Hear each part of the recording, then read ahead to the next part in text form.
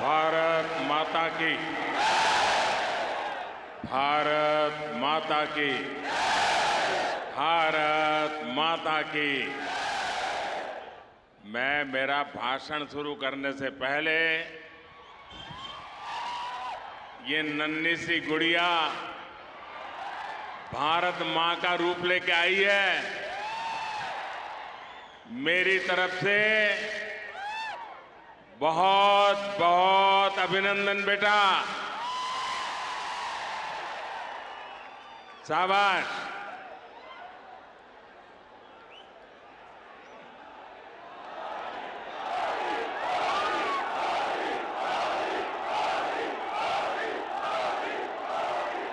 నా కుటుంబ సభ్యులారా, आज मुझे तेलंगाना के लोगों को 8,000 करोड़ रुपए से अधिक की परियोजनाओं का उपहार देने का सौभाग्य मिला है। एनटीपीसी के आधुनिक पावर प्लांट से तेलंगाना के औद्योगिक विकास को एक नई गति, तेज गति मिलने वाली है। और इस प्लांट में जो बिजली पैदा होगी उसका ज्यादा हिस्सा तेलंगाना को ही मिलेगा, आपको ही मिलेगा। और इससे आपकी ईज ऑफ लिविंग बढ़ेगी। भाइयों बहनों, आपको याद होगा इस प्रोजेक्ट का शिलान्यास करने का सौभाग्य मुझे मिला था। और ये मोदी की गारंटी की ताकत देखिए, आज मोदी ही आके उसका उद्घाटन कर रहा है। आज ही रेलवे और हेल्थ के भी कई प्रोजेक्ट्स तेलंगाना के मेरे भाइयों बहनों के चरणों में आज मुझे समर्पित करने का सौभाग्य मिला है।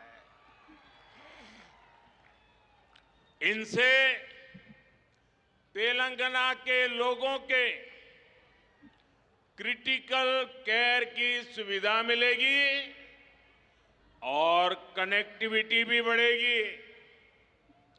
तेलंगाना और तेलंगाना के लोगों के कल्याण के प्रति भाजपा का, बीजेपी का संकल्प लगातार मजबूत हो रहा है। ना कुटुंब सभ्युलारा,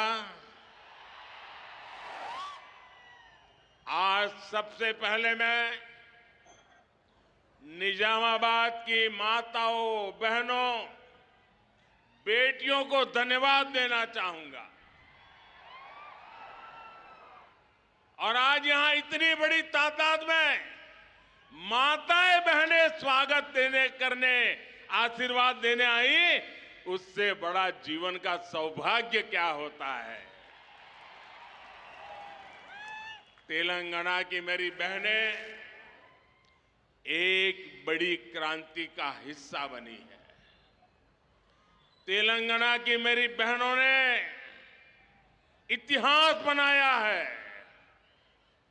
कुछ ही दिन पहले संसद में नारी शक्ति वंदन अधिनियम पास हो गया है। कांग्रेस और उसके इंडी अलायंस, एक गठबंधन गठबंधन 30 साल से उसे रोककर बैठे थे। उनको किसी की परवाह नहीं थी। भांति भांति के चालाकियां करते थे, दिखावा करते थे और खेल दूसरा खेलते थे। लेकिन इस बार ये मेरे देश की माताओं बहनों की ताकत देखिए, नारी शक्ति की संगठित ताकत देखिए कि सारे गमंडिया लोगों को ये संसद के अंदर नारी शक्ति वंदन अधिनियम को मजबूरी से समर्थन करना पड़ा है। ये इसलिए हो पाया क्योंकि तेलंगाना की महिलाओं ने, मेरे देश की माताओं बहनों ने साथ मिलकर वोट की शक्ति से, अपने एक एक वोट से माताओं ने उसके इस बेटे को मजबूत बनाया है। बहनों ने उनके इस भाई को मजबूत बनाया है। और माताएं बहनें, आपने मजबूती दी है, इसलिए मजबूती से ये आपका बेटा काम कर पा रहा है।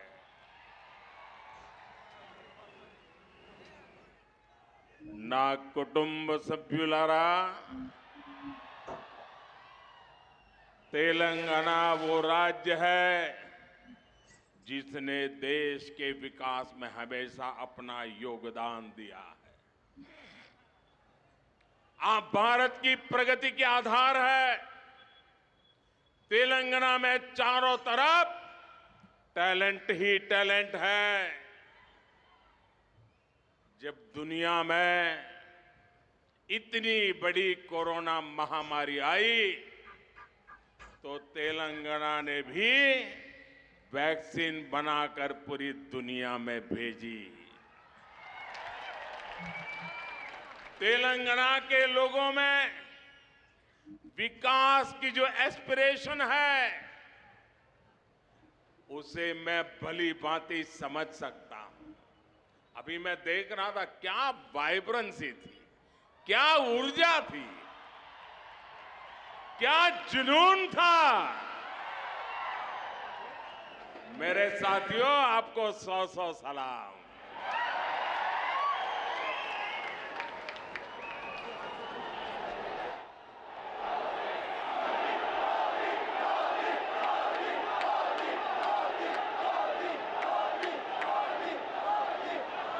केंद्र सरकार में रहते हुए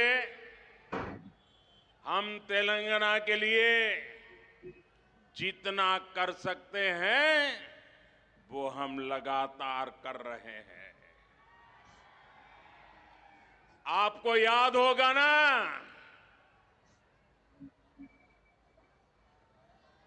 हम लोगों ने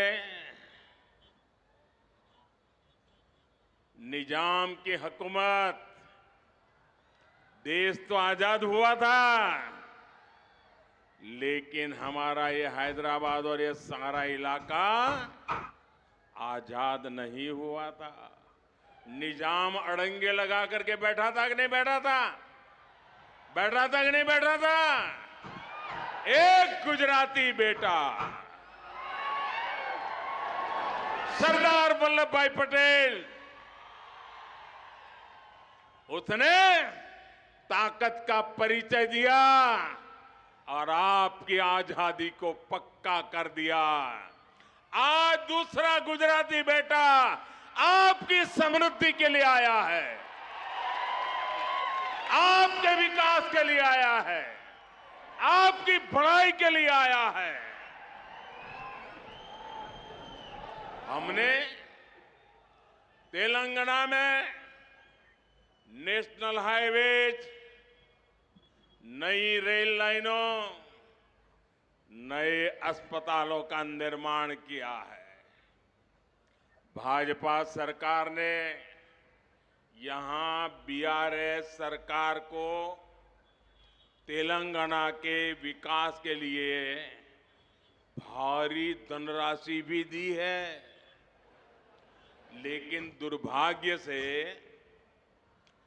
बीआरएस ने तेलंगाना के लोगों के लिए भेजा जो पैसा भेजा ना, उसमें भी लूट चलाई। लूट सके तो लूट, यही उनका मंत्र है। నా కుటుంబ సభ్యులారా, भारत जैसे लोकतंत्र देश में प्रजा का महत्व होना चाहिए, परिवारवादियों का नहीं। और इन्होंने तो लोकतंत्र को लूट तंत्र बना दिया है, प्रजातंत्र को परिवार तंत्र बना दिया है। तेलंगाना के निर्माण के लिए हजारों परिवार संघर्ष करते करते तबाह हो गए। अनेकों नौजवानों ने बलिदान दिया, माताएं बहनों ने मुसीबतें झेली,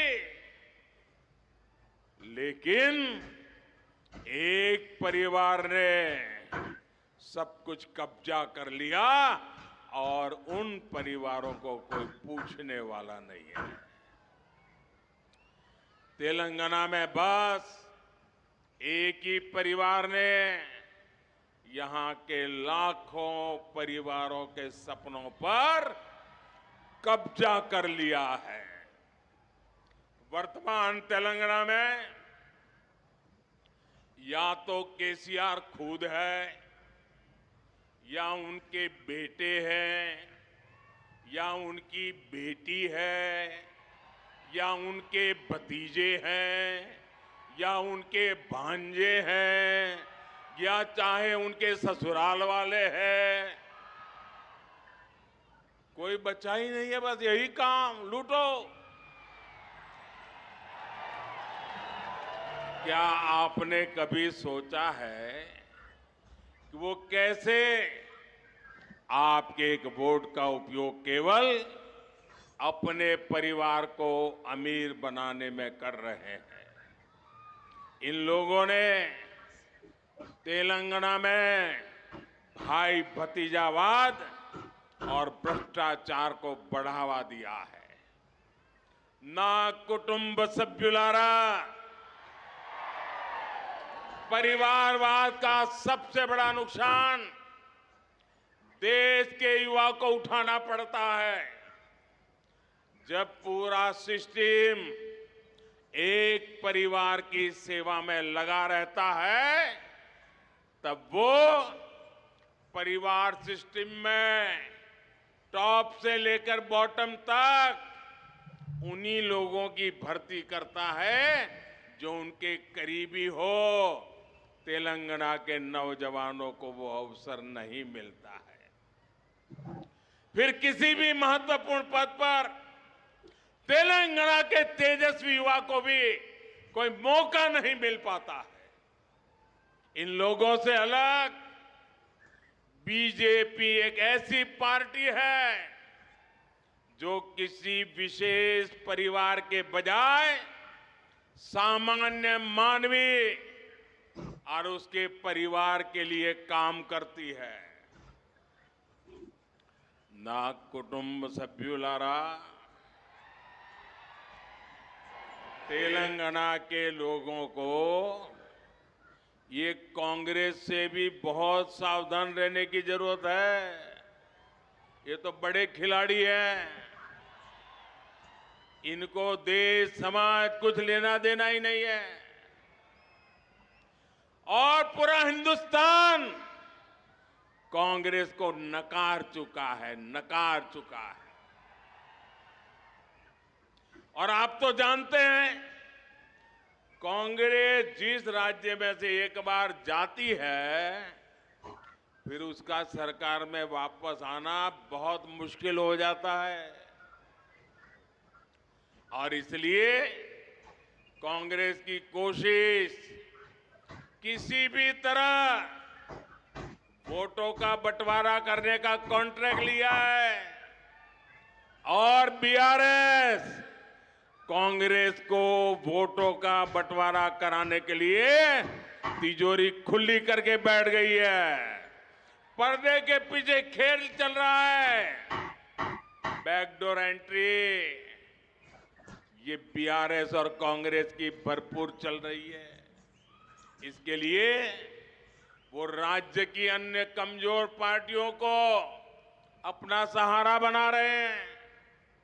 आज जब तेलंगाना में बीआरएस की हार तय है, बीआरएस का पराजय तय है, बीआरएस का जाना तय है, तो कांग्रेस ने पर्दे के पीछे बीआरएस से गठबंधन कर लिया है। कर्नाटका चुनाव में बीआरएस ने कांग्रेस की जमकर मदद की थी और अब इस चुनाव में कांग्रेस अपना कर्ज उतार रही है, क्योंकि कर्नाटक में भरपूर खजाना, ये तेलंगाना की जनता से लूटा हुआ माल कर्नाटका में कांग्रेस को दे दिया गया ताकि वहां कांग्रेस जीत जाए, फिर उसको मिलकर के तेलंगाना में जिल जाए। ये बीआरएस खेल करती है भाइयों। मैं आज पहली बार एक रहस्य खोलने जा रहा हूं। खोल दूं? सच बता दूं? बता दूं? बता दूं भाइयों? पहले कभी नहीं बताया, आज बता देता हूं। और मेरे पत्रकार मित्रों से भी कहता हूं, जांच करवा लेना। 100% सच्चाई बताने आया हूं मैं आज। जब हैदराबाद म्युनिसिपल कॉरपोरेशन का इलेक्शन हुआ, भारतीय जनता पार्टी 40-45 सीटें जीत करके आ गई। 48 किसी को बहुमत नहीं मिला। केसीआर को सपोर्ट की जरूरत थी और आपने देखा होगा हैदराबाद कॉरपोरेशन के चुनाव के पहले वो एयरपोर्ट में पूरी फौज लेकर के मेरा स्वागत करने के लिए आते थे, बढ़िया बढ़िया माला पहनाते थे, बहुत सम्मान करते थे, याद है ना? फिर क्या हुआ भाई? अचानक बंद हो गए। अचानक इतना गुस्सा क्यों निकल रहा है? इसका कारण यह है कि हैदराबाद के चुनाव के बाद, ये भी तारीख चेक कर ले मीडिया वाले, वो दिल्ली मुझे मिलने आए, बहुत बढ़िया मुझे शाल उड़ाई, बहुत मुझे आदर किया और इतना प्यार दिखाया, इतना प्यार दिखाया, ये केसीआर के कैरेक्टर में ही नहीं है। और फिर मुझे कहने लगे कि आपके नेतृत्व में देश प्रगति कर रहा है, हम भी एनडीए का हिस्सा बनना चाहते हैं, आप हमें एनडीए में शामिल कर दीजिए। मैंने कहा आगे क्या? बोले हैदराबाद में म्युनिसिपल कॉरपोरेशन में हमारी मदद कर दीजिए। मैंने केसीआर को कहा, आपके कारनामे ऐसे हैं, मोदी आपके साथ जुड़ नहीं सकता है। हैदराबाद में हमें विपक्ष में बैठना पड़ेगा तो बैठेंगे। केसीआर की सरकार हमारे कार्यकर्ताओं पर जुल्म करेगी तो जुल्म सहेंगे, लेकिन हम तेलंगाना की जनता से दगा नहीं कर सकते हैं।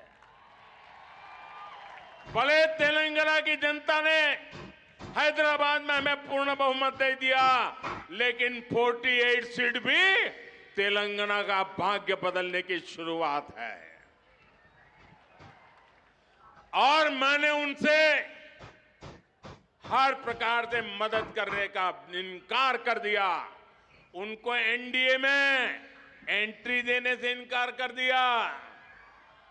उसके बाद उनका दिमाग फटका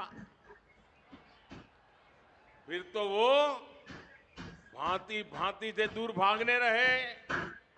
मैं भ्रष्टाचार के सवाल पूछने लगा, फिर एक बार दोबारा आए। वो मुझे कह रहे हैं कि मोदी जी मैंने बहुत काम कर लिया, अब मैं सारा कारोबार केटीआर को दे देना चाहता हूं। मैं एक बार केटीआर को भेजूंगा, आप जरा उसको आशीर्वाद दे देना।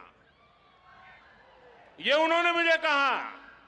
मैंने कहा केसीआर, ये लोकतंत्र है, तुम कौन होते हो बेटे को राजगादी दे? तुम राजा महाराजा हो क्या? क्या तुम राजा महाराजा हो क्या? अरे तेलंगाना की जनता तय करेगी किसको बिठाना है, किसको नहीं बिठाना है। बस वो दिन आखिरी था। उसके बाद एक बार भी वो मेरे से आंखें नहीं मिला पा रहे। मेरा परछाया भी देखने की हिम्मत नहीं बची उनकी। आप देखा, अभी मैं सरकारी कार्यक्रम करके आया, कोई भ्रष्टाचारी मेरे बगल में बैठ करके मेरा ताप सहन नहीं कर सकता है, इसलिए भाग रहे हैं। मेरे परिवारजनों, कांग्रेस ने अब एक नई बात शुरू की है। ये तो मैंने केसीआर का पुराण बताया। अब कांग्रेस ने सत्ता भूख के लिए, सत्ता हथियाने के लिए एक नई भाषा बोलना शुरू किया है, नई बातें बोलना शुरू किया है। आजकल क्या कह रहे हैं? जितनी आबादी उतना हक। मैं जरा पूछना चाहता हूं कि जिन्होंने इनको वाक्य लिख करके दिया है, उसने सोचा है क्या? जब तुम कह रहे हो तो कांग्रेस की मूलभूत नीतियों पर ही सवाल खड़ा कर रहे हो। जब आप कहते हो जितनी आबादी उतना हक, इसका मतलब ये हुआ कि अब कांग्रेस घोषणा करे, क्या आप अल्पसंख्यकों के विरोधी है क्या? कांग्रेस स्पष्ट करे, आप दक्षिण भारत के विरोधी है क्या? मैं सिद्ध करता हूं, उनकी ये नई सोच दक्षिण भारत के साथ घोर अन्याय करने वाली सोच है। ये नई सोच माइनॉरिटी के पीठ में भी छुरा भोंकने वाली सोच है। आजकल देश में अगले डिलिमिटेशन की चर्चा हो रही है। आपको मालूम है, 25 साल के बाद पार्लियामेंट की सीटें कितनी होगी, कौन सी क्या होगी, इसका निर्णय जुडिशरी करती है। और उसके कारण जहां जनसंख्या कम है उसकी सीटें कम हो जाती है, जहां जनसंख्या ज्यादा है उनकी सीटें बढ़ जाती है। अब हमारे दक्षिण भारत के सभी राज्यों ने जनसंख्या वृद्धि को रोकने में बहुत बड़ी देश की मदद की है। अब कांग्रेस का नारा ऐसा है कि जिसकी जितनी आबादी उतना उसका हक। इसका मतलब अब कांग्रेस दक्षिण भारत के संसद सदस्यों की संख्या कम करने का नाटक करने जा रही है, खेल खेलने जा रही है। क्या दक्षिण भारत इसको स्वीकार करेगा? क्या दक्षिण भारत कांग्रेस की चाल को स्वीकार करेगा? क्या दक्षिण भारत कांग्रेस को माफ करेगा? इसी विषय पर मैं कांग्रेस के नेताओं को साफ कहता हूं, देश को मूर्ख मत बनाओ, स्पष्ट करो क्या कारण है दक्षिण भारत के राज्यों को अन्याय करने के खेल खेले जा रहे हैं। और इंडी गठबंधन के दूसरे दलों से भी मैं कहूंगा, हिम्मत है तो जरा कांग्रेस से पूछिए कि वो किस रास्ते पर जा रही है। मैं दूसरा सवाल पूछता हूं, जो कहते हैं जितनी आबादी उतना हक, मैं कांग्रेस को सवाल पूछता हूं, साउथ के अंदर खास करके तमिलनाडु में मंदिरों पर सरकार का हक है। सरकार ने कब्जा कर लिया है। मंदिरों की संपत्ति को सरकारी मिलीभगत में हड़प किया जा रहा है। मंदिरों को तो लूटा जा रहा है, मंदिरों को तो कब्जा किया गया है, लेकिन माइनॉरिटी के पूजा स्थल को हाथ नहीं लगाते हैं, सरकार के नियंत्रण में नहीं लेते हैं। अब कांग्रेस ने जो नारा दिया है, कांग्रेस ने कहा है कि जितनी आबादी उतना हक। अगर यही आपका मंत्र है, यही आपका सिद्धांत है, तो क्या माइनॉरिटी के जितने पूजा स्थल है उनको ये दक्षिण के आपके सारे साथी जब्त करेंगे क्या? उनका कब्जा करेंगे क्या? उनकी प्रॉपर्टी को लोगों के काम में लाएंगे क्या? नहीं लाएंगे। मैं दूसरा सवाल पूछता हूं कांग्रेस को, ये जो नारा देते हैं तो क्या कांग्रेस और उसके साथी खास करके तमिलनाडु, क्या वो वहां हिंदू मंदिरों को जो कब्जा किया जा रहा है, हस्तक्षेप किया जा रहा है, दक्षिण के अधिकतम राज्यों में यही खेल चला है। जब आप कहते हैं जितनी आबादी उतना हक, तो क्या ये हक हिंदुओं को आप वापस देंगे क्या? जवाब दीजिए। ये झूठी बातें मत करिए।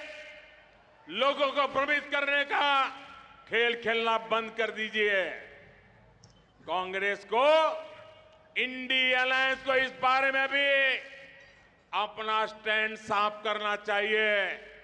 कांग्रेस के साथी जो तमिलनाडु में राज करते हैं, जो केरल में राज करते हैं, जो तेलंगाना में राज करते हैं, जो कर्नाटका में राज करते हैं, ये सारे साथियों को कांग्रेस से बात जवाब देना पड़ेगा। साथियों, आज देश में सबसे बड़ी जरूरतमंद जिनको डगर डगर पर मदद की जरूरत है, वो कौन है? हमारे देश के गरीब परिवार है। अगर आज इस देश की सबसे बड़ी कोई जाति है तो वो जाति गरीब है। और इन गरीबों की सबसे बड़ी जाति, उनकी सेवा, उनका कल्याण, उनकी प्रगति, यही सच्चा सामाजिक न्याय है। हमारी सरकार ने पिछले 9 सालों से गरीब कल्याण के लिए दिन रात मेहनत की है और इसके परिणाम भी सामने आ रहे हैं।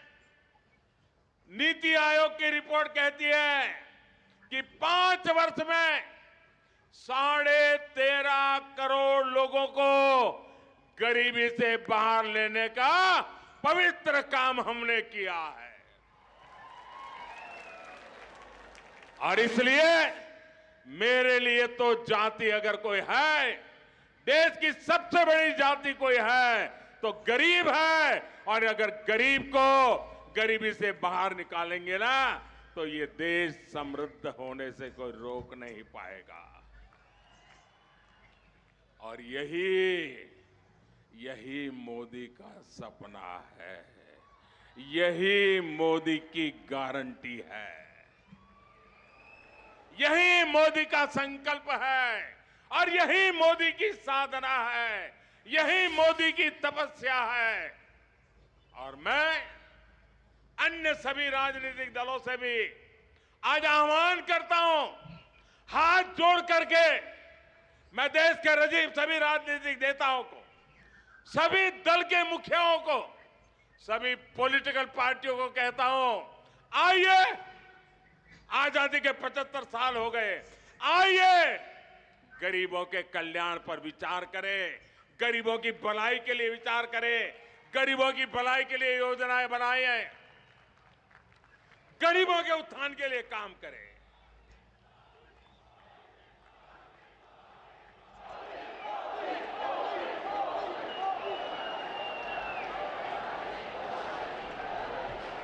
నా కుటుంబ సభ్యులారా, तेलंगाना विरोधी ये लोग चुनाव से पहले जनता को कुछ छोटे लाभ देकर अगले 5 साल तक तेलंगाना को लूटने का अधिकार हासिल कर लेते हैं। हमें तेलंगाना में इस परंपरा को अब उलट कर देना है भाइयों बहनों, उसको रोकना है। रोकोगे क्या? रोकोगे क्या? तेलंगाना के भाइयों बहनों, मुझ पर 5 साल भरोसा करो, ज्यादा नहीं कह रहा हूं, 5 साल भरोसा करो। इन्होंने जितना लूटा है ना, मैं आपके चरणों में ला करके रख दूंगा। आज भी कांग्रेस और बीआरएस तेलंगाना के लोगों से विश्वासघात कर रही है।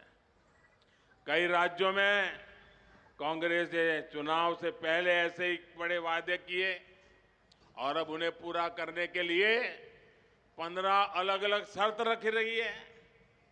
पहले तो बोल देते हैं ऐसा करेंगे, फिर कहते हैं ऐसा होगा तो करेंगे, ऐसा होगा तो नहीं करेंगे, ये करेगा तो नहीं करेंगे, उधर वाला होगा तो नहीं। क्यों भाई, जनता को मूर्ख बना रहे हो? यहां बीआरएस ने भी बेरोजगार युवाओं को भत्ता देने का झूठा वायदा किया। कांग्रेस और बीआरएस का रवैया बिल्कुल एक समान है। चुनाव से पहले आसमानी वादे करो और चुनाव के बाद सारे वादे भूलकर अपनी तिजोरी भरो। ना कुटुंब सभ्युलारा, बीजेपी का ट्रैक रिकॉर्ड अपने वायदे पूरे करने का है। पिछले कुछ महीनों से आप सब देख रहे हैं कि केंद्र सरकार लाखों युवाओं को नौकरी देने के लिए रोजगार मेले का आयोजन कर रही है। इसकी घोषणा पिछले साल हुई थी। इस मेले के जरिए देश के हर कोने में लाखों युवाओं को सरकारी नौकरी के नियुक्ति पत्र, पब्लिकली नियुक्ति पत्र देने का काम हमने किया है। तेलंगाना के युवाओं को भी इसके जरिए हजारों तेलंगाना के युवाओं को आज भारत सरकार में हमने काम दिया है। यहां के युवा ये देख रहे हैं कि पूरी प्रक्रिया बिना रुकावट और पारदर्शी तरीके से हुई है। तेलंगाना में से एक भी शिकायत नहीं आई कि नौकरी मिली लेकिन किसी को मोदी को पैसा पहुंचाना पड़ा, ऐसी एक घटना नहीं आई है भाई। इसलिए बीआरएस के युवा विरोधी रवैये और इसकी सरकार को यहां के युवा करारा जवाब देने का मन बना चुके हैं। मेरी बात सही है ना? मेरी बात सही है ना? युवाओं ने तय कर लिया है ना, ये जाएगा ना, बीआरएस जाएगी ना, पक्का जाएगी ना। मैं तेलंगाना के युवाओं से भी कहूंगा, हमारे युवाओं को निराश होने की जरूरत नहीं है। मेरे नौजवान साथियों, ये मोदी की गारंटी है, आपको निराश होने की जरूरत नहीं है। भाजपा सरकार आते ही बीआरएस के पापों को मैं एक एक खोल करके रख दूंगा। उनकी सारी बुराइयों को निकाल करके रहूंगा और अभियान के तौर पर करके रहूंगा, क्योंकि मैंने अपनी आंखों से देख रहा हूं कैसे लूट रहे हैं। यहां के युवाओं के लिए केंद्र सरकार ने 2 दिन पहले ही एक सेंट्रल ट्राइबल यूनिवर्सिटी की स्थापना की है, ऐलान किया। इस विश्वविद्यालय का नाम आदिवासी देवियां समक्का सारक्का के नाम पर रखा जाएगा। इस पर करीब 900 करोड़ रुपए खर्च होंगे। ना कुटुंब सभ्युलारा, तेलंगाना के किसान आज उपेक्षित महसूस कर रहे हैं। बीआरएस गवर्नमेंट ने उनके साथ फिर हर वादे को तोड़ा है। बीआरएस सरकार ने किसानों से कर्ज माफी का वादा किया, पर कोई भी ठोस कदम नहीं उठाया। यहां सिंचाई परियोजनाओं को लेकर बड़ी घोषणाएं की गई, लेकिन या तो उन्हें पूरा नहीं किया गया या फिर बिना तैयार किए उनका उद्घाटन करके फोटो खिंचवाते रहे। दूसरी तरफ पिछले कुछ वर्षों में भाजपा ने न सिर्फ किसानों की मदद का वादा किया, बल्कि 40 लाख किसानों के खातों में करीब 10,000 करोड़ रुपए ट्रांसफर किए। कोई कटकी नहीं, कोई कमीशन नहीं, कोई चोरी नहीं। हमने एमएसपी बढ़ाने का वादा किया, उसे भी पूरा किया। ये मोदी की गारंटी है, पूरी करके रहता है। ना कुटुंब सभ्युलारा, हर जिले के किसी एक उत्पाद को बढ़ावा देने के लिए, उसका उत्पादन और एक्सपोर्ट बनाने के लिए केंद्र सरकार वन डिस्ट्रिक्ट वन प्रोडक्ट योजना चला रही है। इस योजना के तहत निजामाबाद के हल्दी को प्रमोट किया जा रहा है और हल्दी की जब बात आती है ना, मैं खास करके मेरी तेलंगाना की बहनों को आज शत-शत नमन करना चाहता हूं। मैं तेलंगाना की किसान माताओं के चरण मेरे माथे पर लेता हूं। उस चरण रज से मैं अपने आप को एक पवित्र प्रसाद के रूप में ले रहा हूं। क्यों? क्योंकि सिर्फ तेलंगाना की माताएं बहनें हल्दी की खेती में दिवस रात मेहनत करती, इतना ही नहीं, वो खेती की पैदावार करती, ऐसा नहीं, लेकिन कोविड के समय हल्दी ने दुनिया के बहुत लोगों को राहत दी है। पूरी दुनिया में हल्दी पहुंची है। दुनिया को बीमारी से मुक्त रखने का काम ये मेरी तेलंगाना की और मेरी देश की हल्दी पैदा करने वाली माताओं बहनों ने की है, और इसलिए मैं उसे नमन करता हूं।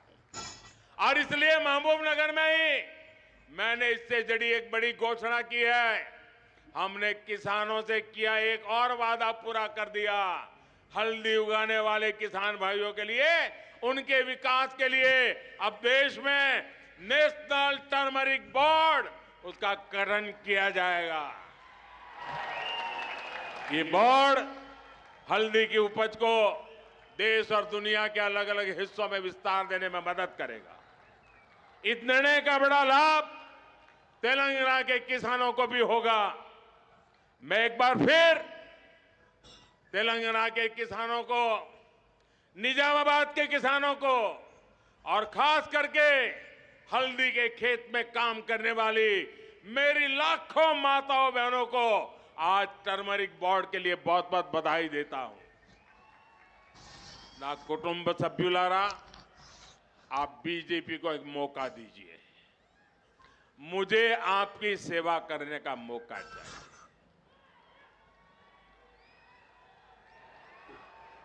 देंगे? मुझे सेवा करने का मौका देंगे? मुझे आपकी सेवा करने का मौका देंगे? मुझे आपके दुख दूर करने का मौका देंगे? मुझे आपके पाई पाई की कमाई को बचाने का मौका देंगे? मुझे आपका भला करने का मौका देंगे?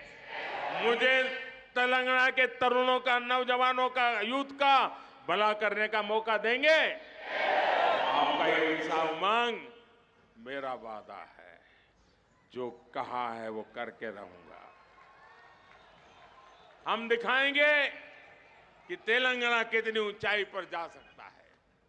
बीजेपी तेलंगाना के विकास के लिए पूरी ईमानदारी से काम करेगी। तेलंगाना में डबल इंजन की सरकार बन गई तो यहां का विकास भी डबल ताकत से, डबल तेजी से, डबल गति से होने वाला है। बीजेपी तेलंगाना की लूट बंद करेगी। बीजेपी तेलंगाना के युवाओं को नए अवसर देगी। बीजेपी तेलंगाना की महिलाओं को मान सम्मान और सुरक्षा देगी। बीजेपी तेलंगाना में ईमानदार और पारदर्शी शासन लाएगी। ना कुटुंब सभ्युलारा, चाहे गरीब हो, युवा हो, महिलाएं हो या किसान हो, भाजपा समाज के हर वर्ग के कल्याण को लेकर प्रतिबद्ध है। मुझे यकीन है कि तेलंगाना के लोग अभूतपूर्व स्नेह और सहयोग का आशीर्वाद हमें देते रहेंगे। मैं भाजपा के प्रत्येक कार्यकर्ता से भी कहूंगा, हर बूथ को जीतिए, हर बूथ पर लोगों का दिल जीतिए। कमल घर घर पहुंचे, कमल हर दिल में पहुंचे। कमल के दिल में हर तेलंगाना का नागरिक और तेलंगाना के हर नागरिक के दिल में कमल। हम मिलकर तेलंगाना के लिए लोगों की आकांक्षा पूरी करेंगे। इसी विश्वास के साथ इतनी बड़ी तादाद में आपका आना, यही हवा का रुख बता देता है। बहुत बहुत धन्यवाद। मेरे साथ जोर से बोलिए भारत माता की, भारत माता की।